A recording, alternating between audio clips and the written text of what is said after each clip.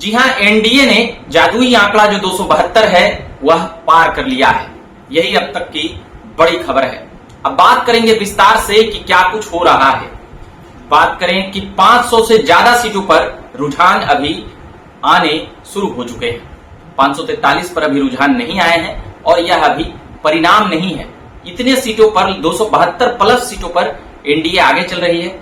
180 plus सीटों पर India alliance आगे चल रही है।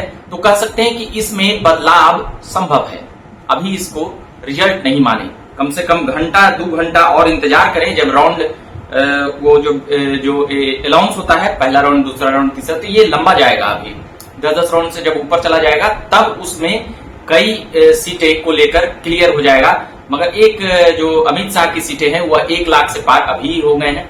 कुछ सीटों पर भाजपा के उम्मीदवार काफी आगे चले गए हैं। कुछ सीटों पर अभी जद्दोजहद जारी है, जैसे मनोज तिवारी और कन्हैया कुमार का वहां पर, जैसे पाटलिपुत्रा का यहाँ पर रामकृपाल यादव, मीसा भारती। इन सीटों पर कह सकते हैं कि और भी कई सीटें हैं जो अभी हम लिस्ट में इसमें देख रहे थे। और साथ ही अभी तो अब कह सकते हैं कि भारत की आजादी के बाद यानी 1947 के बाद जब से सरकार चल रही है, कांग्रेस के अलावा कोई सरकार पहली बार, तीसरी बार पूर्ण बहुमत में आई है। दूसरी बार तो आई थी जब अटल बिहारी वाजपेयी 1998 से 99 का चुनाव जीते थे, तो दूसरी बार उसे कहा जा सकता है। मगर सरकार का टर्म 2 टर्म पूरा नहीं हुआ था, मगर ये 2 टर्म पूरा करके तीसरे बार पूर्ण बहुमत में आई है, आ रही है। अभी कह सकते हैं कि बीजेपी जो है अकेले 250 के आसपास, वहां पर 254 हो रहा है, 255 हो रहा है, वो घट बढ़ रहा है। तो 250 का आंकड़ा क्रॉस कर गई है 500 सीटों पर खुलने के बाद। मगर जो इंडी अलायंस है वह भी खराब परफॉर्मेंस नहीं की है। जितना खराब परफॉर्मेंस को उसको कहा जा रहा था और बताया जा रहा था, वह भी 200 से ज्यादा सीटों पर उसकी अपनी बढ़त है। वहीं बंगाल में कहें तो बीजेपी को, जैसा कि पहले भी कहा जा रहा था, कि बंगाल में वह एक बड़ी जीत की ओर बढ़ रही है। वहां पर 2 दर्जन से ज्यादा सीटें निकालते हुए नजर आ रही है। बाकी उत्तर प्रदेश में बीजेपी को बड़ा नुकसान लगता हुआ नजर आ रहा है, क्योंकि जो 2014 में 73 सीटें जीती थी, उसके बाद 65 सीटें 2019, इस बार 50 के ही रेंज में घूम रही है। तो अभी इसे परिणाम नहीं समझा जाए, घंटा 2 घंटा और भी 12-1 बजे तक का इंतजार कर लिया जाए तो और भी क्लियर होगा। मगर जो जिस प्रकार से 400 पार का जो नारा था वह 300 तक जाकर ठहरता हुआ नजर आ रहा है अभी फिलहाल।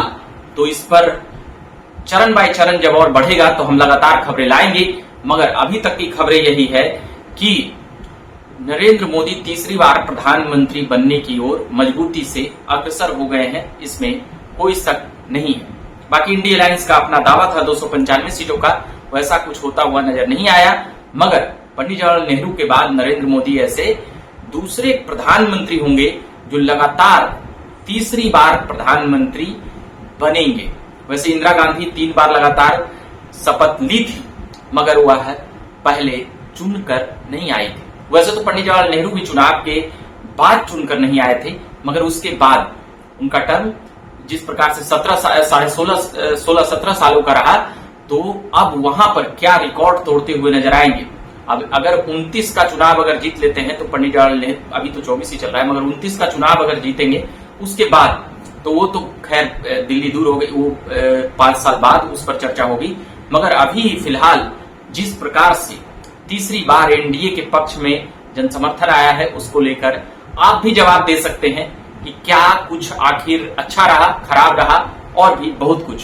नरेंद्र मोदी पर कई आरोप लग रहे थे, उनके सरकार पर लगातार विपक्ष घेरने का प्रयास कर रही थी, मगर क्या बेहतर ढंग से नहीं घेर पाई। अब उन सभी चीजों पर चर्चा होगी और बातें होगी।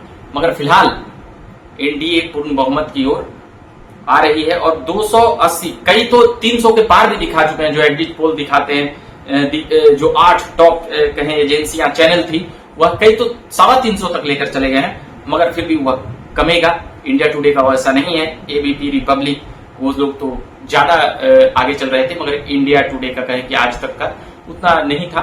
तो लगातार हमारी नजरें बनी हुई है। साथ ही इलेक्शन कमीशन के साइट पर वो थोड़ा अभी स्लो चलती है, या वो प्रामाणिकता को देखते हुए वहां पर वो अपना रिजल्ट देती है। तो उसकी अपनी गरिमा है, प्रामाणिकता है, वो हड़बड़ा कर कोई खबरें नहीं दिखाती है।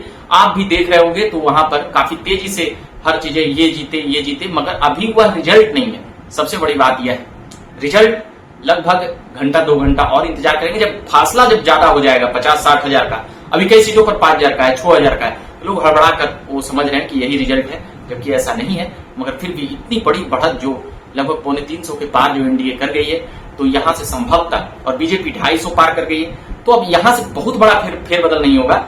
90% यही लगभग 90% रुझान यही रहेगा।